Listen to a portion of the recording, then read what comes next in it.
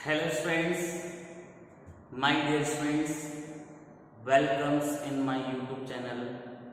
विद्यार्थियों, आप सभी का तहे दिल से बहुत बहुत स्वागत है। स्टूडेंट्स, आज हम इस वीडियो में आपको जो समझाने वाले हैं उसका नाम है विद्यार्थियों तुल्यांकी भाग। स्टूडेंट्स, इससे पहले वाले वीडियोज में मैंने आपको जो समझाया है वो समझाया है परमाणु भाग और अणु भाग। स्टूडेंट्स, आज जो हम ले रहे हैं वो है तुल्यांकी भाग, इक्विवेलेंट मास। विद्यार्थियों, ये जो चीजें होती है, ये जो समझाया जाता है आपको, ये बहुत बहुत इंपॉर्टेंट होता है। स्टूडेंट्स, तुल्यांकी भाग की जो डेफिनेशन है वो एक बार आप समझने का प्रयास करें।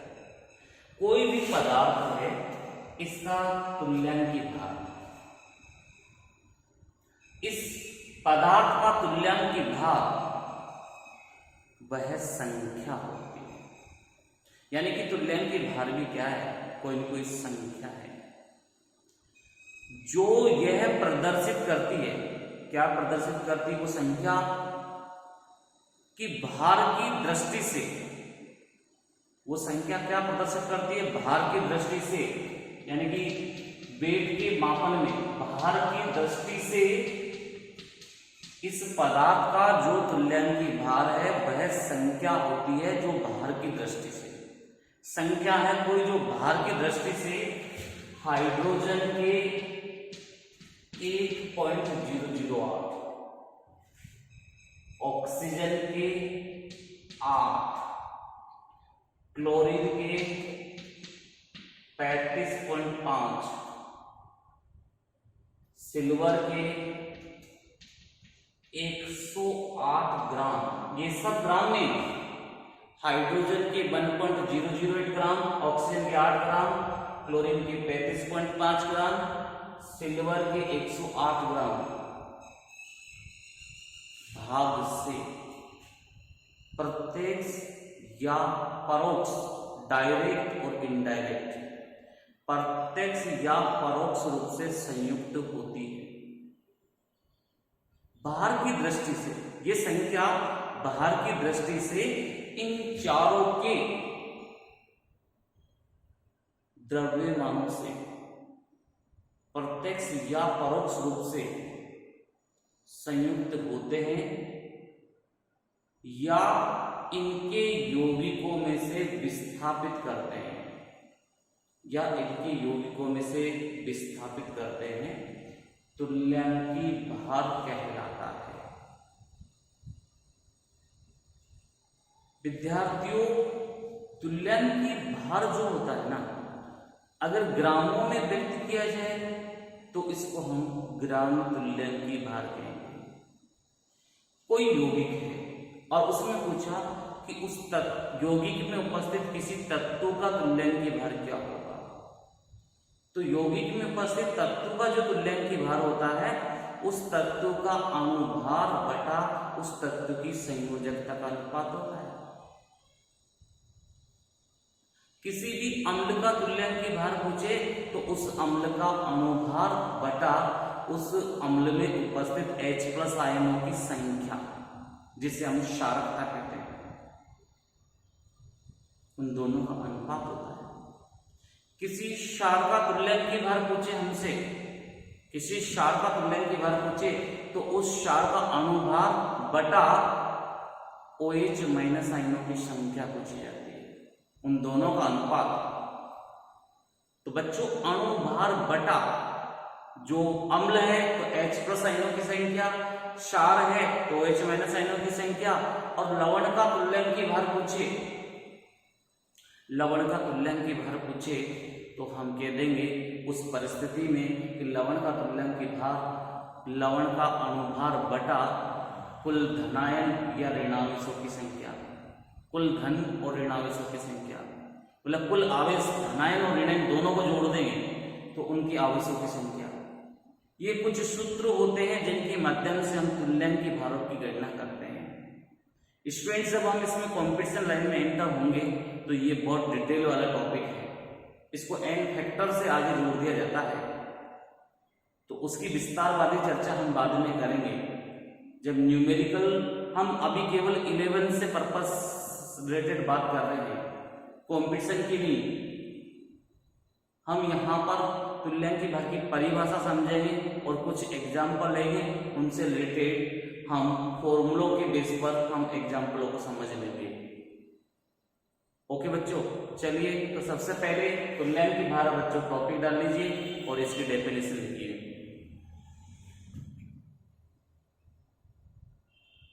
किसी पदार्थ का तुल्यांकी भार वह संख्या होती है, किसी पदार्थ का तुल्यांकी भार वह संख्या होती है जो यह प्रदर्शित करती है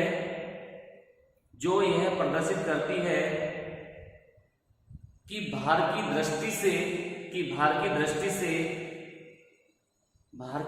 से यह हाइड्रोजन के 1.008 ग्राम, हाइड्रोजन के 1.008 ग्राम, ऑक्सीजन के 8 ग्राम, क्लोरीन के 35.5 ग्राम तथा सिल्वर के 108 ग्राम भार भाग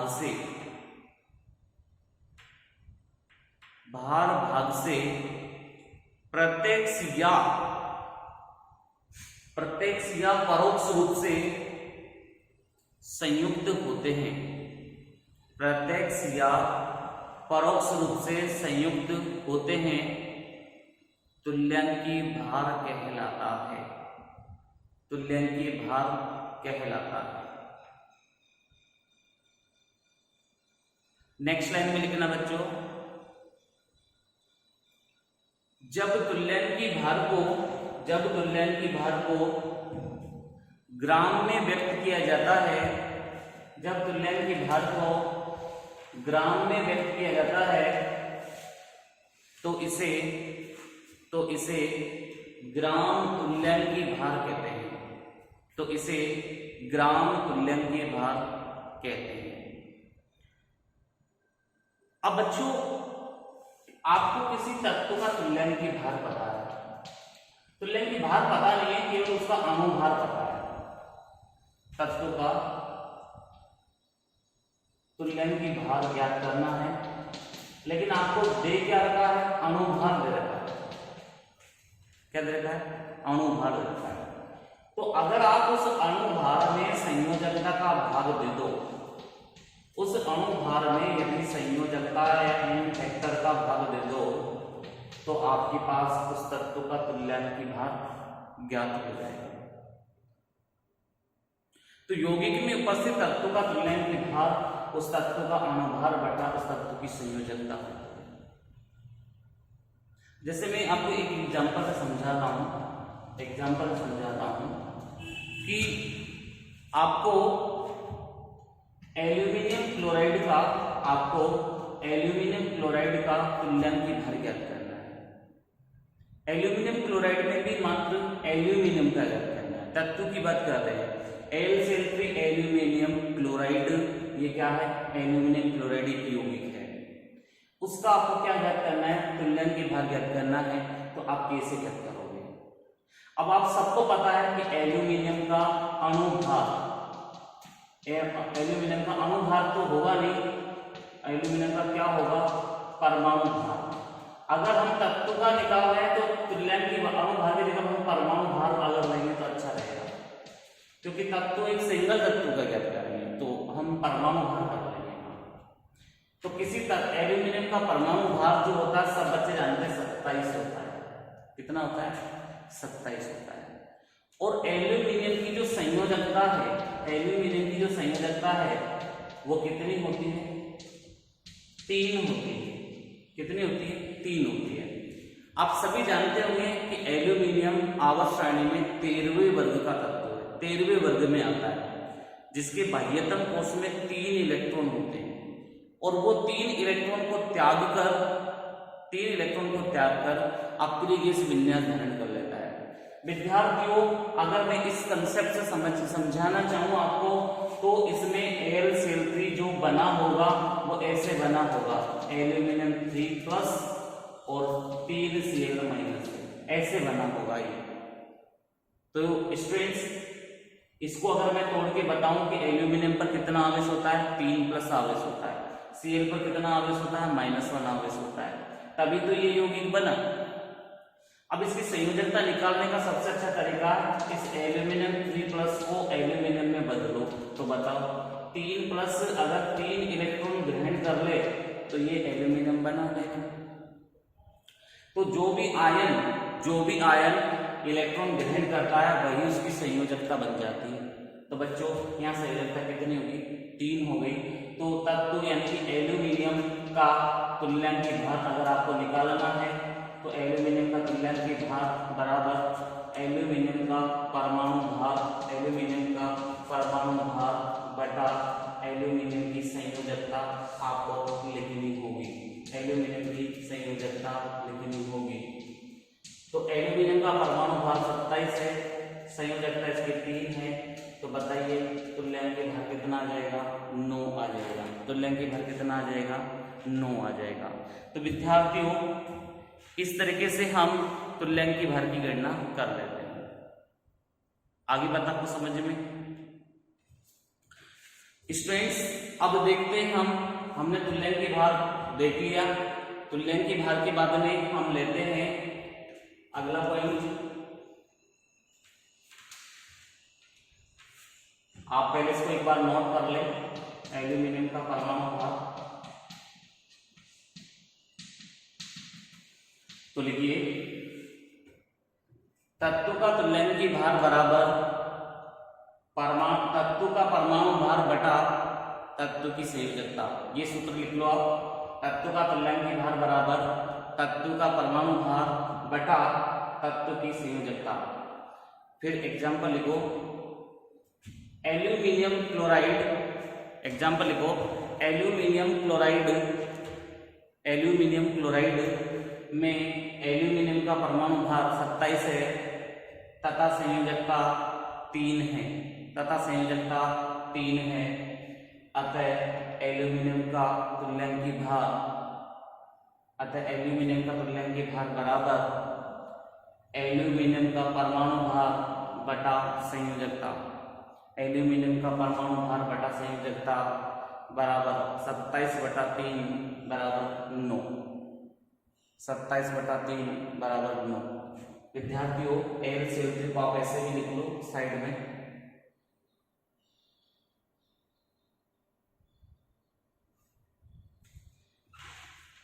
स्टूडेंट्स, ये तो किसी यौगिक में तत्व का तुल्यांकी भार ज्ञात करने का तरीका होता है, लेकिन कोई अम्ल हो, कोई क्षार हो, कोई लवण हो, तो उनके तुल्यांकी भार ज्ञात करने के लिए भी सूत्र होते हैं। अम्ल का तुल्यांकी भार जो ज्ञात किया जाता है तो इस सूत्र से ज्ञात करते हैं, अम्ल का तुल्यांकी भार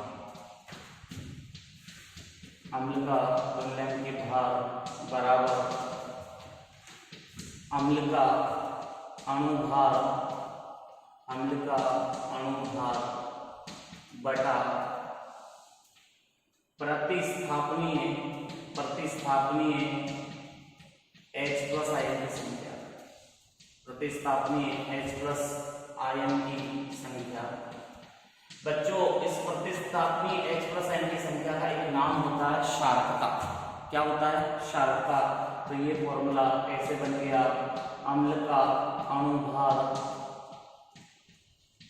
बटा अम्ल की क्षारकता।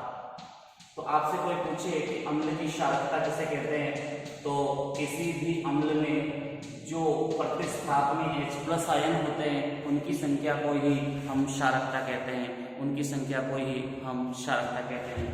स्टूडेंट्स, इसका एग्जाम्पल बताते हैं। एग्जाम्पल से देखो, H2SO4, इसका नाम होता है सल्फ्यूरिक अम्ल।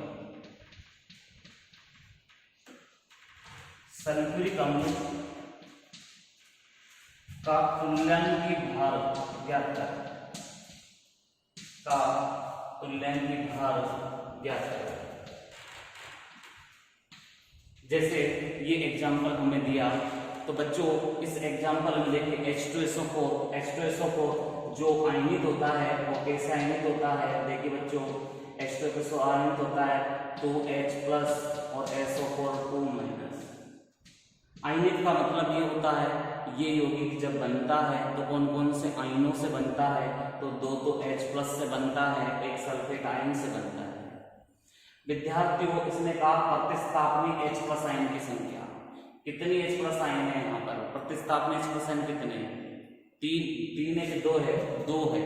कुछ बच्चे 3 बता देते हैं, सल्फेट आयन को भी जोड़ देते हैं।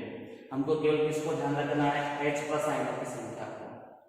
अब बच्चों सल्फ्यूरिक अम्ल का अणुभार मैंने आपको अणुभार सिखाए थे, H2SO4 का अणुभार कैसे निकालते हैं, तो देखो H2SO4 का अणुभार बराबर कैसे निकालेंगे, हाइड्रोजन का परमाणु भार कितना होता है, 1 होता है। सल्फर का कितना होता है, 32 होता है। ऑक्सीजन का कितना होता है, ऑक्सीजन का कितना होता है, 16 होता है। तो बच्चों जोड़ दीजिए 2 + 32 + 64, तो देखिए 32 और 64 96 और 2 98। तो बच्चों इसका H2SO4 का परमाणु भार कितना होता है, 98 होता है। अब आप ये सूत्र लगा दो, H2SO4 का तुल्यांकी भार। तो देखिए बच्चों H2SO4 का तुल्यांकी भार बराबर अम्ल का अणु भार कितना है, 98 बटा संयोजकता जो कहते हैं अम्ल की क्षारकता है यहाँ कितनी है, 2। तो बताइए कितना तुल्यांकी भार आ जाएगा, 49। कितना तुल्यांकी भार आ जाएगा, 49। स्टूडेंट्स ऐसे ही इसको नोट कर लीजिए, पहले सूत्र लिखेंगे और फिर एग्जाम्पल इसी के साथ नोट करना, एग्जाम्पल इसी के साथ नोट करना।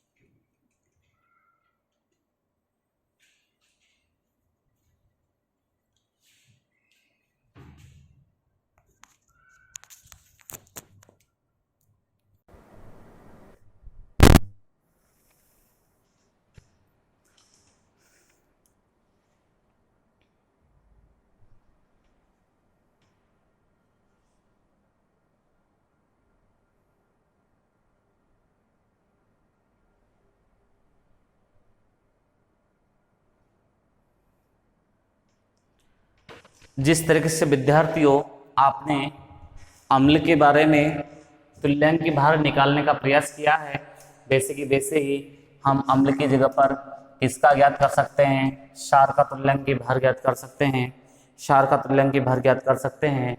और यहाँ अम्ल का अणुभार और प्रतिस्थापनी H+ आयन इनकी जगह पर वर्ड चेंज हो जाएंगे। यहाँ क्षार का अणुभार हो जाएगा, क्षार का अणुभार हो जाएगा और OH- आयनों की संख्या हो जाएगी, OH- आयनों की संख्या हो जाएगी। और OH- आयनों की संख्या जब होगी, OH- आयन की संख्या जब होगी तो देखिए आप यहाँ अब अम्ल का अणुभार की जगह पर किसका कर देंगे, क्षार का अणुभार कर देंगे बटा क्षार की अम्लता, वर्ड यूज होगा अम्लता। जब बच्चों क्वेश्चन क्षार के बारे में आता है तो OH- आयन की संख्या को अम्लता कहते हैं, OH- आयन की संख्या को अम्लता कहते हैं। विद्यार्थियों इनके क्वेश्चन कैसे पूछे जा सकते हैं वो भी आपको बता देते हैं। देखिए आपसे कहा जाए कि मैग्नीशियम हाइड्रोक्साइड MgOH का ऑल्टोएस का तुल्यांकी भार ज्ञात कीजिए,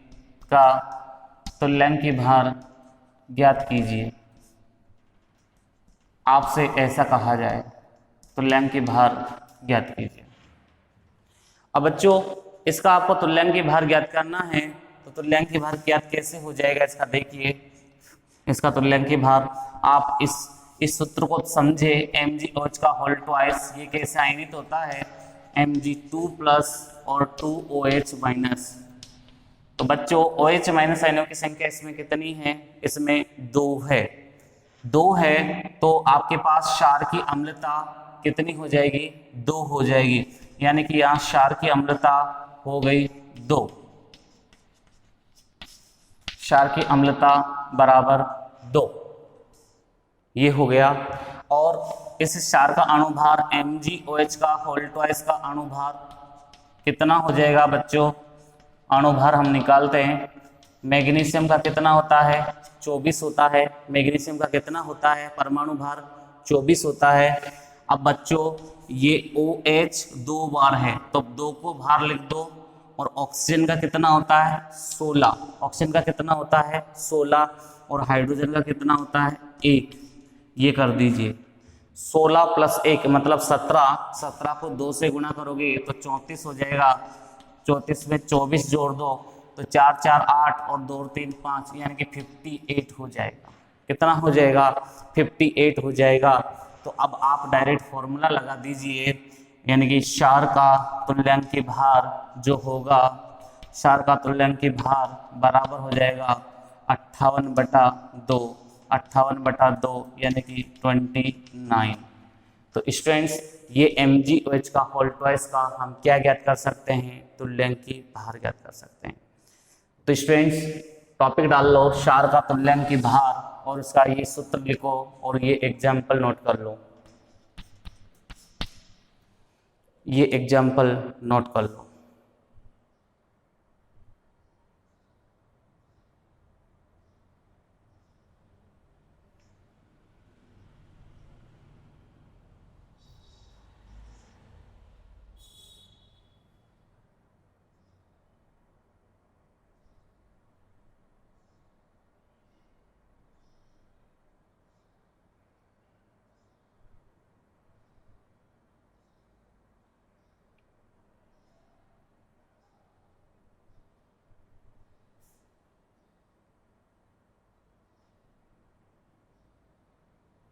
अब विद्यार्थियों ऐसे ही हम लवण का तुल्यांकी भार ज्ञात कर सकते हैं।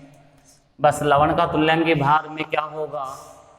लवण का तुल्यांकी भार में क्या होगा? यहाँ पर लवण का तुल्यांकी भार जो हो जाएगा लवण का अणुभार, लवण का अणुभार बटा लवण का अणुभार बटा कुल धनावेश या ऋणावेश का योग, कुल धनावेश व ऋणावेश की संख्या। धनावेश और ऋणावेश की संख्या जो होगी, क्योंकि एक लवण का जो निर्माण होता है वो एक धनायन और एक ऋणायन से होता है, तो आप देखेंगे उस लवण में जो धनावेश है और ऋणावेश है उन दोनों का जो योग होगा वो यहाँ पर संयोजकता का काम करेगा।